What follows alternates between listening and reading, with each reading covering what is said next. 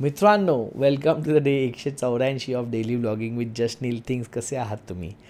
आज दिवसभर मी घरीच होतो आणि मी कुठेच बाहेर गेलो नाही आणि आज आपण असं डिरेक्टली ह्या सेटअपमध्ये आलो आहे.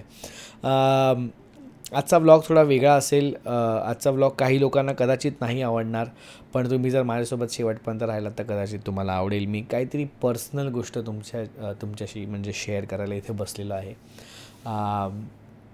Coming straight to the point, मला हा व्लॉग खूप मोठा नाही करायचा आहे कारण तुम्हाला बोर होईल, कारण की फ्रेम्स वेगवेगळ्या नाही आहेत, काय काय घडत नाही, एकच फ्रेम तुम्ही बघताय. बट आज सकाळीच न्यूज आली, उस्ताद झाकीर हुसेन साहब गेले आणि मला असं दिवसभर तो एक सबकॉन्शियस माइंडमध्ये मला असं राहिलेलं की यार एक गोष्ट राहिली, ते म्हणजे त्यांना भेटून मी बनवलेलं पेंटिंग द्यायचं होतं त्यांच्यासाठीचं. माझं एक जर्नी आहे, माझं एक त्यांच्यासोबतचं रिलेशन आहे बिकॉज ऑफ द म्युझिक. त्याला धरून मी एक चित्र काढलेलं त्यांच्यासाठी, ते मला त्यांना द्यायचं होतं आणि आज मला ते खंत राहील आयुष्यभर की मी त्यांना देऊ शकलो नाही. ऑल्दो मी 2दा प्रयत्न केला आहे त्यांना भेटायचा आणि द्यायचा, पण मी कधी सक्सेसफुल झालो नाही. ऑफकोर्स मोठे आर्टिस्ट असतात, आपण त्यांना भेटायला जातो, पण आपलं सगळेच तेव्हा नेहमीच भेटतात असं नाही आहे किंवा भेटायला मिळतं असं नाही आहे. पण ही एक गोष्ट माझ्यामध्ये त्यांच्यामध्ये राहील नेहमी. मी त्यांच्याशी ॲक्च्युली कनेक्ट झालो. ऑफकोर्स लहानपणापासून झाकीर हुसेन साहब सगळ्यांना माहिती आहेत, झाकीर भाई सगळ्यांना माहिती आहेत, वन ऑफ द लेजंड्स ते आहेत. पण माझं त्यांचं कनेक्शन झालं 2012 वगैरे 13 वगैरेमध्ये, जेव्हा मी त्यांचा आणि हरिहरनजी यांची गझलचा अल्बम आहे हाजिर, तो ऐकायला सुरुवात केली आणि त्या गझल्समधनं मला झाकीर भाई कळले, मला तबला कसा ऐकायचा ते कळलं. तुम्ही जर ऐकलं नसाल तर मी तुम्हाला आज रेकमेंड करतो की तुम्ही हाजिर 1 हाजिर 2 दोन्ही ऐका. हाजिर 1 1992मध्ये रिलीज झालं आणि हाजिर 2 2015मध्ये रिलीज झालं, पण तरीही तुम्हाला दोन्ही अल्बममध्ये गझलचा फरक दिसणार नाही.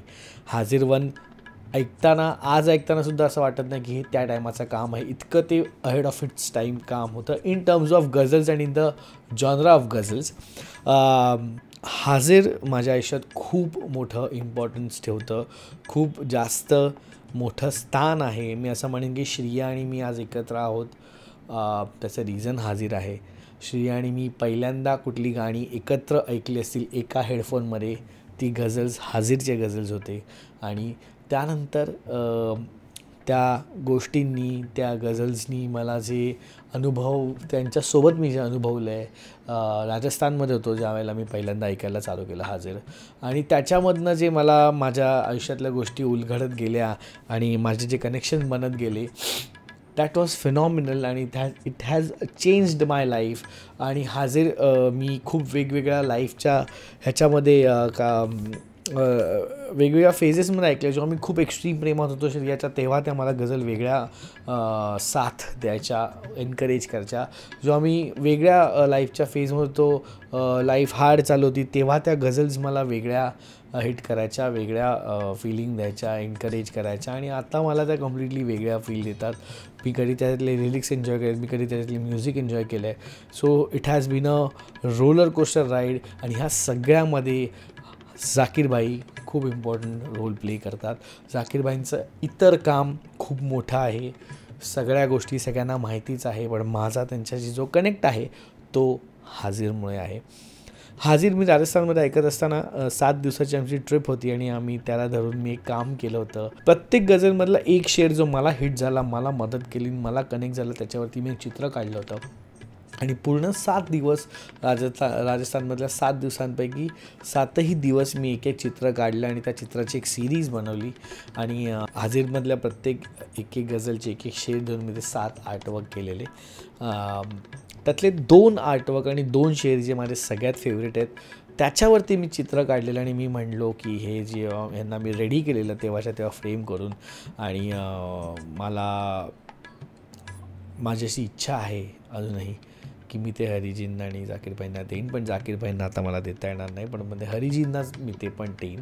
मी ऑल्दो 2दा प्रयत्न केला आहे त्यांच्या कॉन्सर्ट्सला जाऊन ते द्यायचा, पण मला मला म्हणजे ॲक्सेसच नाही मिळाला, त्यांना भेटायलाच नाही मिळालं.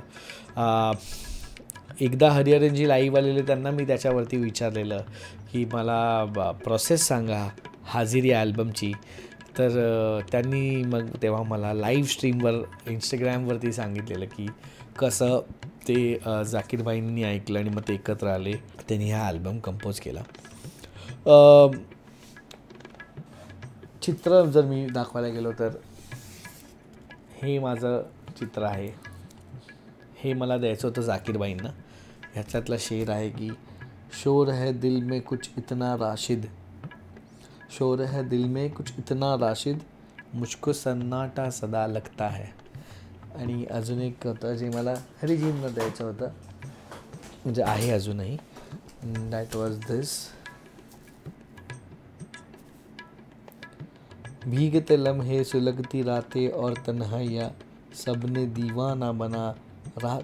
दीवाना बनाया रात के पिछले पहर, फिर मुझे वो याद आया रात के पिछले पहर.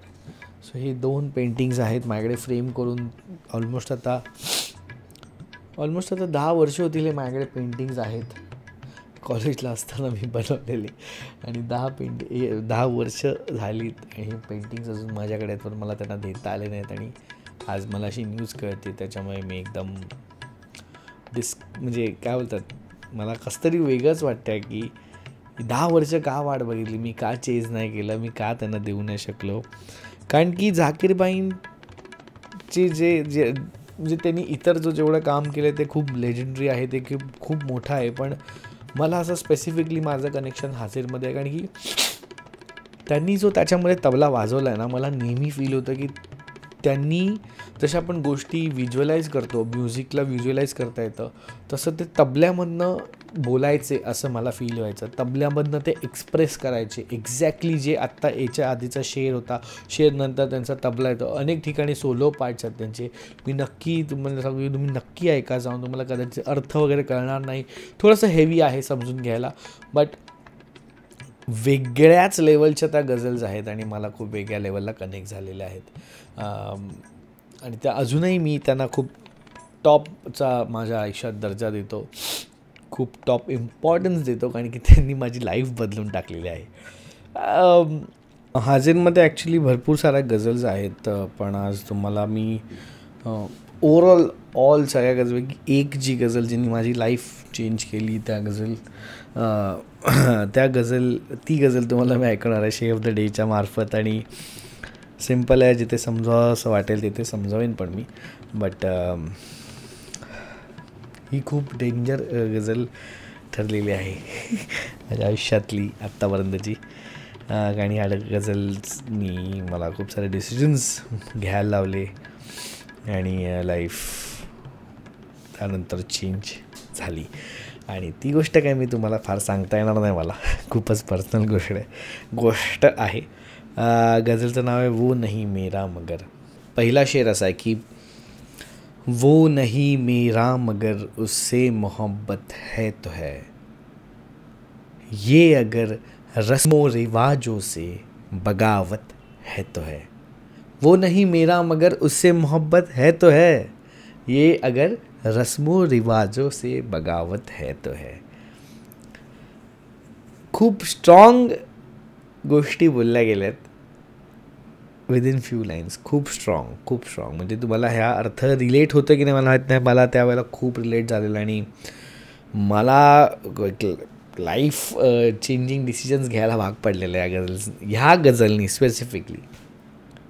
पुढचा शेर आहे, दोस्त होकर दुश्मनों सा वो सताता है मुझे, दोस्त होकर दुश्मनों सा वो सताता है मुझे, फिर भी उस जालिम पे मरना अपनी फितरत है तो है, वो नहीं मेरा मगर उससे मोहब्बत है तो है. जल गया परवाना तो क्या खता है शम्मा की. परवाना म्हणजे जे पाखरे येतात ना ज्योतवरती, शम्मा म्हणजे ज्योत, एनी दिवा, त्याच्यावरती जे केंद्र किंवा पाखरे येतात त्यांना परवाना म्हणतात, आणि ज्योत शम्मा म्हणजे ऑफकोर्स ज्योत. जल गया परवाना तो क्या खता है शम्मा की, रात भर जलना जलाना उसकी किस्मत है तो है, वो नहीं मेरा मगर उससे मोहब्बत है तो है. दूर थे और दूर है, दूर थे और दूर है हर दम ज़मीनों आसमां, दूर थे और दूर है हर दम ज़मीन और आसमां, दूरियों के बाद भी दोनों में कुर्बत है तो है. कुर्बत म्हणजे एक रिलेशन किंवा नजदीकी असं बोलू शकतो. म्हणजे बेसिकली असं म्हणतं आहे की दूर है और दूर थे हरदम, ज़मीन और आसमां हरदम दूर थे और दूर है, दूरियों के बाद भी दोनों में एक ती हॉरायझन लाईन असते ना, ते येते की दूरियों के बाद भी दोनों में कुर्बत है तो है. हे माझं समज आहे. कुर्बतचा अर्थ आहे तो त्यांच्यामध्ये एक रिलेशन आहे, त्यांच्यामध्ये एक काहीतरी जवळीक आहे. पुढचा शेर, शेवटचा शेर आहे हा ऐका. सच को मैंने सच कहा जब कह दिया तो कह दिया. सच को मैंने सच कहा जब कह दिया तो कह दिया. अब ज़माने की नज़र में ये हिमाकत है तो है.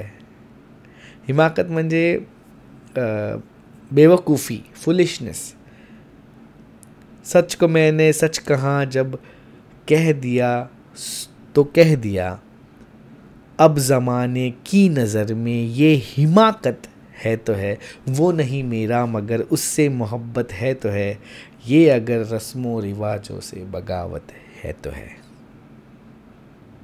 ते आहे एक स्पेशल कनेक्शन माझं आहे या बाबतीत. आणि ह्या गझल्समुळे मी तबला ऐकायला शिकलो आहे. जाकीरबाईंमुळे मी तबला ऐकायला शिकलो आणि मला मॅजिकल एक्सपिरियन्सेस आले ते एकटे स्वतःलाच. आणि मी आणि माझा मित्र ओमकार मानकामे आम्ही हे आमचं इतकं प्रेशियस आहे या गझल्सला घेऊन. आम्ही इतके बोलतात ना आपण, इतके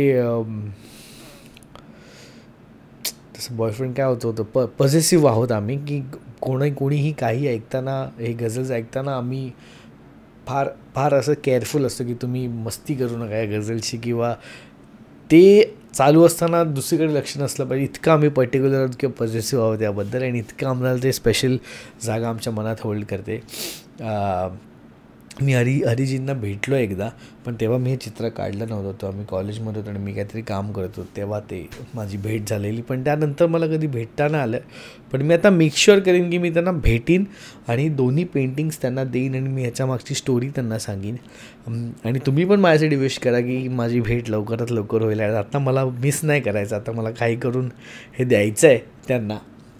10 वर्ष माझ्याकडे मी पेंटिंग्स का ठेवलेत मला माहीत नाही, but this is the story. हे मला तुम्हाला आज सांगायचं होतं. कसं वाटलं तुम्हाला ही स्टोरी? कशी वाटणार? सॅडच आहे ही स्टोरी, सॅडच आहे. बट कॉमेंट्समध्ये तुमचे मला विचार सांगा. आपण भेटूया पुढच्या व्लॉगमध्ये. सबस्क्राईब करायला विसरू नका. सबस्क्राईब राईट नाव.